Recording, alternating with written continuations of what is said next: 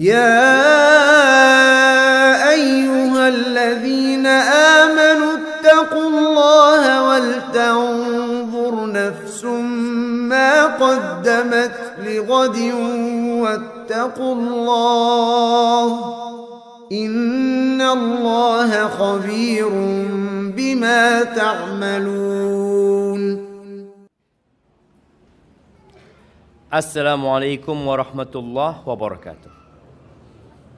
Afan Ustaz, fenomena di lingkungan sekitar kami terhadap sebagian para penuntut ilmu yang kami lihat, mereka terkesan eksklusif.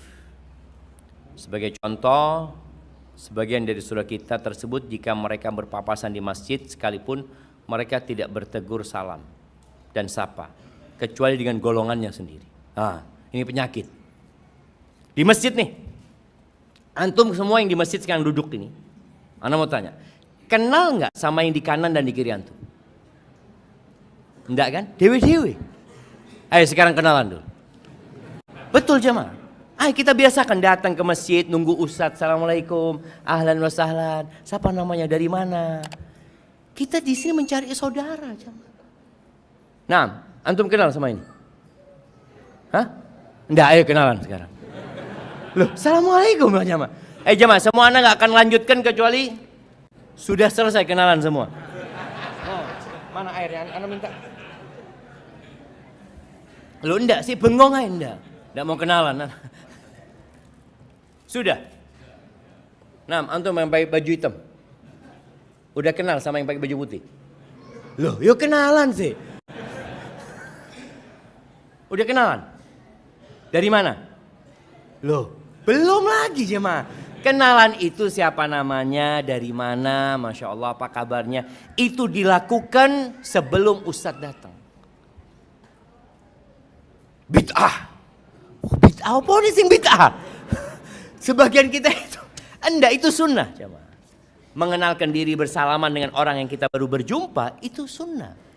Dan anak, ini pertanyaan ini memang fenomena yang kental sekali di kalangan yang sudah ngaji juga. Sampai di kelas mahasiswa, anak kadang-kadang tanya, antum ketika masuk, assalamualaikum enggak? Assalamualaikum Ustaz. Salaman enggak sama yang di sebelah antum? Enggak Ustaz. Yuk keluar lagi anak ngomong. Salaman. Dibiasakan. Karena akhlak itu ada orang yang memang sejak lahir itu suka bertegur sapa. Tapi ada orang yang suka disapa tapi enggak mau negur sapa. Assalamualaikum. Waalaikumsalam. Dari mana? Dari sini. Dari sini. Allahu Akbar. Ini penyakit, tolong dihindarin jam. Dan biasa ibu-ibu juga seperti itu. Sampai ada kisah jamaah, ada orang yang baru hijrah, dia mengatakan, Ustaz, ketika anak awal hijrah, Ustaz, awal belajar agama, anak datang ke satu masjid besar di Surabaya. Waktu itu Ustaz kajian. Anak sama istri anak, Ustaz. Anak masuk, duduk di lautan manusia. Istrinya juga sama. Anak WA sama istri anak. Ada yang negur antum? Tidak ada, sama.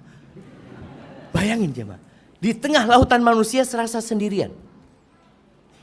Padahal boleh jadi yang di kanan antum itu masuk surga lebih dulu daripada antum. Boleh jadi dia bisa memberikan syafaat kepada antum. Tapi kita nggak peduli. Hasan al-Basri mengatakan, istakthiru minal asdiqa'is salihin. Kalian perbanyak kawan soleh, perbanyak kawan soleh. Karena mereka punya syafaat pada hari kiamat nantinya. Maka tolong kalau datang ke majelis, assalamualaikum, ahlan wa sahlan ya. Walaupun antum nggak kenal awalnya, atau kita lihat dia mungkin baru ngaji, yang penampilannya ya, emak-emak ini kadang-kala lebih streng ya mah. Kalau datang akhwat kajian dengan lipstiknya, mau kajian apa mau pengantenan? Loh, alhamdulillah dia mau datang. Harapan kita mereka datang dengarkan kajian. Bahkan di masa lalu jamaah, kajian itu banyak yang nggak pakai kerudung datang kajian. Sampai ada cerita seorang ustadz ya, di Surabaya juga. Tahun 90-an. Kita tahu jilbab mulai rame itu tahun 90-an. Ini datang ya, mungkin dia pulang kerja. Kan biasanya orang dulu kalau datang ke masjid bawa mukena ya. Bawa mukena walaupun roknya pendek tetap masuk masjid ya kan. Dia tanya ustadz lagi kayak, Ustadz, tanya ustadz kata dia. Nah apa? Apa hukumnya jilbab? Ini jamaah. Kata ustadznya, oh itu bab nomor 27. Oh iya Pak Ustadz. Ini perempuan terus datang kajian. Sampai sebelum bab 27 dia sudah pakai jilbab. Dibina keimanannya. Kita ini kadang-kadang nggak merangkul mereka. Tolong perhatikan saudara-saudara kita, Islam ini rahmatan lil alamin. Pertama yang diucapkan Nabi alaihi salatu wasallam ketika sampai kota Madinah, ayyuhan nas afsyus salam. Wahai umat manusia, tebarkan salam. Ini muncul orang-orang baru. Muhajirin kan orang baru, nggak kenal dia dengan orang Madinah. Kedatangan mereka mungkin juga kalau secara logika akan merepotkan orang Madinah. Mereka akan berebut lapangan pekerja dengan orang Madinah. Apalagi kalau mereka harus tinggal di rumah mereka. Ada banyak hal-hal yang mungkin jadi berat. Nabi mengatakan ayyuhan nas afsyus salam. Wa'at imut ta'am. Berbagi makanan kalian. Kasih makanan. Wasilul arham. Sambung rahim kalian. Wasallu billail wan nasu niyam. Salat di malam hari ketika kalian sedang tidur. Ya, di luar kita baik sama orang, di siang hari kita berbuat baik kepada orang, tapi ingat jangan sampai hablum minan nasnya riya. Bagaimana menjaganya? Salat malam ketika orang-orang tidur, menunjukkan kau orang baik beneran, bukan hanya pura-pura kebaikannya. Jika di sebuah masjid ada majelis ilmu yang diisi oleh ustadz-ustadz Ahlus Sunnah, tetapi bukan ustadz mereka sendiri, mereka selalu keluar dari masjid, padahal mereka secara rutin ikut sholat jamaah di masjid tersebut. Nah, ini kita juga harus berbaik sangka. Ada orang yang keluar ya, pas mau kajian orang itu keluar. Kita jangan suudzon. Boleh jadi dia punya urusan, punya pekerjaan. Berbaik sangka lah. Karena boleh jadi ada pertanyaan. Kenapa kalau Ustadz Fulan rame, kalau Ustadz Fulan nggak rame? Nggak bisa dipaksain ya. Engkau harus hadir ya. Ya gimana? Nggak harus hadir. Tapi tadi berusaha kita untuk menuntut ilmu. Ketika ustadz yang menyampaikan adalah ustadz yang ahlus sunnah wal jamaah dan mereka menyampaikan ilmu dengan benar, berusaha kita untuk hadir dan menimba ilmu tersebut. Tapi nggak bisa dipaksakan juga. Nah, ya ini sudah. Jadi jamaah kita berusaha untuk jadi lebih baik ya, lebih baik lagi.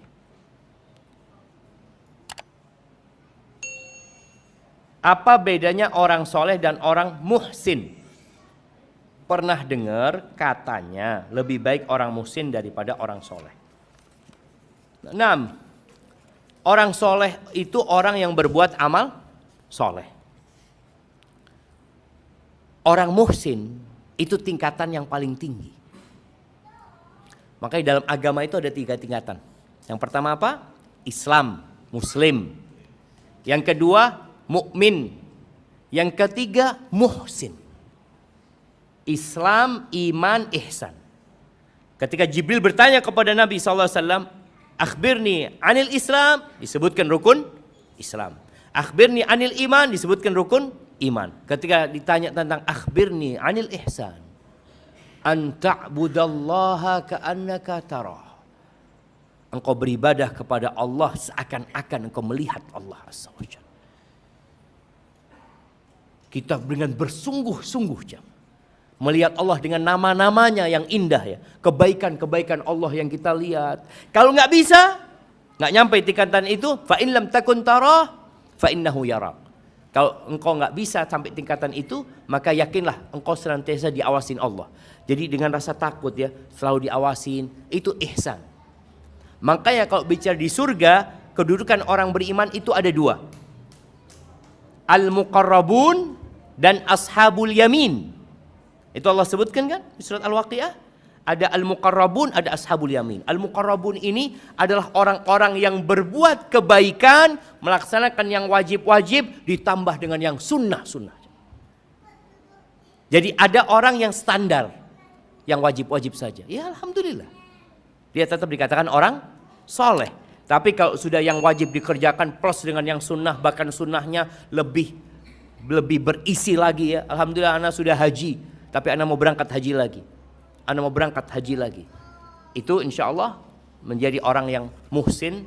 Tapi jangan sampai dia berbuat baik kepada Allah atau afwan. Dia melakukan ibadah haji perintah Allah tapi lupa berbuat baik kepada umat manusia. Bagaimana cara menghadirkan rasa takut amalan ibadah kita tidak diterima? Doa. Yang pertama berdoa memohon kepada Allah.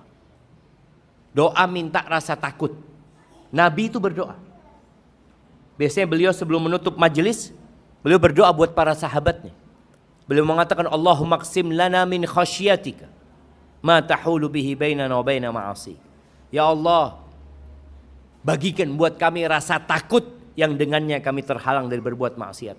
Wa min ta'atika, dan bagikan buat kami ketaatan kepadamu, ma tuballighuna bihi jannatak, yang dengannya kita bisa sampai ke surgamu ya Allah. Kemudian Nabi juga berdoa, Allahumma inni as'aluka khasyataka fil ghaibi wasyahadah. Ya Allah, aku minta kepadamu rasa takut dalam keadaan sendirian atau dalam keadaan ada orang. Jadi perlu berdoa meminta. Yang kedua, mengetahui kekurangan kita. Kita punya banyak kekurangan. Orang kalau tahu dengan kekurangannya itu, insya Allah dia akan takut. Tapi kalau merasa dia sempurna, enggak. Antum melihat sholat. Nabi alaihissalatu wasallam menyebutkan ya, ada orang yang sholat hanya mendapatkan 50%. Cuma 50%. Ada sholat yang hanya mendapatkan 10%. Dan ada orang yang sholat tidak mendapatkan apa-apa. Antum ketika sholat rasakan. Habis sholat astagfirullah. Ketika antum ruku tadi sadar antum sedang ruku. Boleh jadi bacaan itu hanya rutinitas. Itu insya Allah dengan itu kita bisa menghadirkan rasa takut agar amalan kita bisa diterima sama Allah SWT. Apakah jika seorang bersegera berdiri setelah sholat termasuk orang yang sudah merasa diterima sholatnya? Enggak, jadi inilah jamaah, kita perlu husnudzon ya sama orang ya. Kadang-kala ada orang habis sholat langsung berdiri. Boleh jadi dia ada urusan. Dia ingat dompetnya ketinggalan. Dia ingat mungkin kunci ada di toilet. Dia mungkin jam ada. Kita ini berusaha hidup dengan husnudzon. Boleh jadi padahal nggak kayak gitu. Ya, tapi nggak ada urusan dia kan. Umpamanya ada orang, antum lagi di lampu merah, ada yang atau antum di sebelah kiri ya. Padahal memang lampu merah ini, sebelah kiri ikutin isyarat lampu gitu loh. Tapi yang di belakang, antum akan sakit hati kalau suudzon sama dia. Orang ini nggak tahu diri, padahal di sini ditulis macam-macam ya. Tapi coba antum husnudzon. Mungkin orang di mobil itu ada orang yang sakit. Dia perlu segera berangkat. Atau dia hendak menjemput anaknya yang sudah telat. Antum kasih penafsiran, sebenarnya penafsiran itu bukan buat dia, tapi buat siapa? Buat antum sendiri supaya antum gak sakit hati. Alhamdulillah ketika itu antum berusaha ngasih jalan sama dia, selesai urusannya.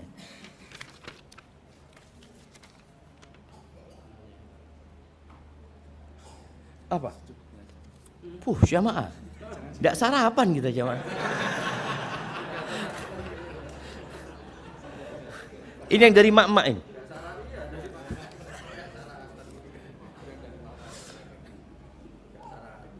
Allahu Akbar. Apa hukumnya kerja cari nafkah dulu atau dengarkan kajian dulu? Assalamualaikum WRWB. Ini usahakan jangan disingkat ya ma. WR itu warahmatullah. Masa rahmatnya Allah antum singkat? Wabarakatuh itu berkah dari Allah. Subhanallah. Jangan disingkat. Baik, kalau bicara apa hukumnya kerja cari nafkah dulu atau dengar kajian dulu? Ada yang namanya fardu ain. Ada yang namanya fardu kifayah. Kita harus belajar mana yang fardu ain yang menjadi tugas kita dan mana yang fardu kifayah. Kemudian ada yang wajib, ada yang sunnah. Kalau bicara memberikan nafkah kepada istri dan anak itu kewajiban. Kewajiban siapa? Kewajiban masing-masing. Jadi menghadiri kajian, kita lihat kajian ini berkaitan anak mau belajar tentang urusan kerja. Ustaz. Anak ini jualan di pasar. Anak nggak punya ilmunya. Antum harus hadir kajian dulu. Jangan sampai antum bekerja akhirnya haram yang antum kerjakan. Maka belajar dulu. Tapi kan insya Allah nggak seperti itu. Ada orang yang sudah anak kepingin hadir kajian untuk menambah ilmu. Ini berarti menjadi satu kemuliaan, satu hal yang dianjurkan. Memberikan nafkah wajib. Tapi boleh jadi suami ini sudah kasih nafkah, anak sudah kasih nafkah Ustaz. Tapi istri kepingin lebih. Ana ngomong, tunggu dulu, ana mau belajar. Gitu. Para ummahat harus tahu dengan haknya juga. Haknya itu sandang, pangan, papan. Kalau sudah dipenuhin sama suami ya, dengan kebutuhan-kebutuhan lainnya yang memang menjadi kebutuhan rumah tangga, sudah cukup. Nggak harus suami memberikan yang berlebihan. Tapi intinya bagi para suami, tolong kewajiban memberikan nafkah itu adalah kewajiban. Mana yang diutamakan? Kalau antum punya satu piring nasi, istri atau orang tua?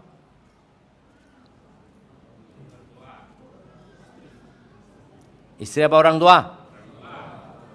Istri. Itu kewajiban. Antum sama orang itu berbakti. Sama orang tua itu berbakti. Sedangkan istri ini antum ambil dari orang tuanya. Antum keluarkan dia.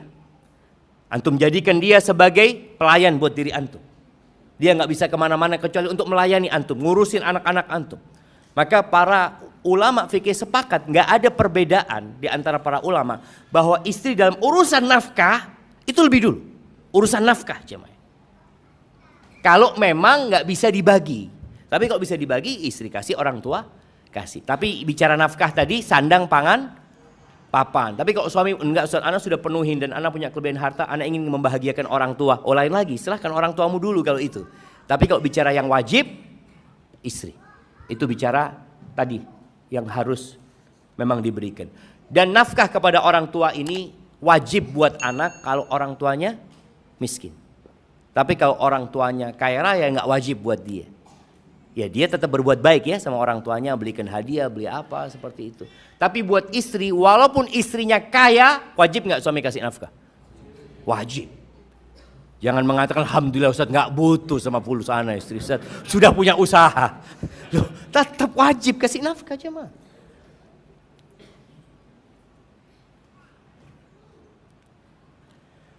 Ustaz, kuburan di negeri kita banyak yang tidak tertata dan tidak kelihatan. Apakah kita tetap berdosa jika sengaja melangkahi karena sulit mencari jalan? Ya berusaha, artinya kita berusaha tidak menginjak itu kuburan.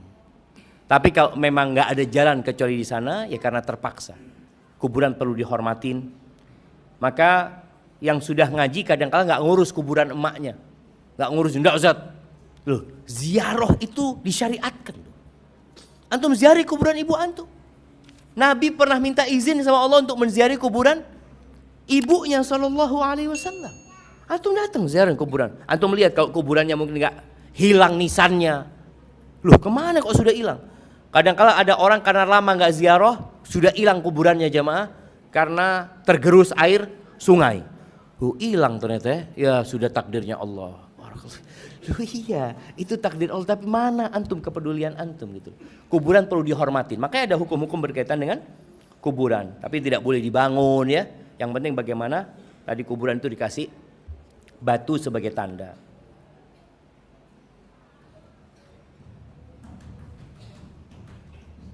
Dan juga kuburan kita banyak ilalang dan batu kerikil jalannya. Apakah rasa sakit kita mendapat pahala lebih jika tanpa sandal? Iya. Jangan sampai membahayakan. Karena kalau kita tahu di situ ada duri umpamanya ya. Kita tahu tuh. Kita disuruh menghindarin hal yang menyakitin kita. Bahkan kita disuruh kalau ada dahan di jalan, batu di jalan, kita suruh singkirkan gitu. Maka nggak ada masalah. Kalau bicara pahala, pahala itu sesuai dengan kelelahan dan rasa kelelahan, capek dan nafkah yang dikeluarkan. Barakallahu fikum. Ada pertanyaan yang panjang-panjang jawabannya. Iya satu lagi lah, masya Allah, alhamdulillah satu lagi pak ya. Masya Allah, syukran Nana.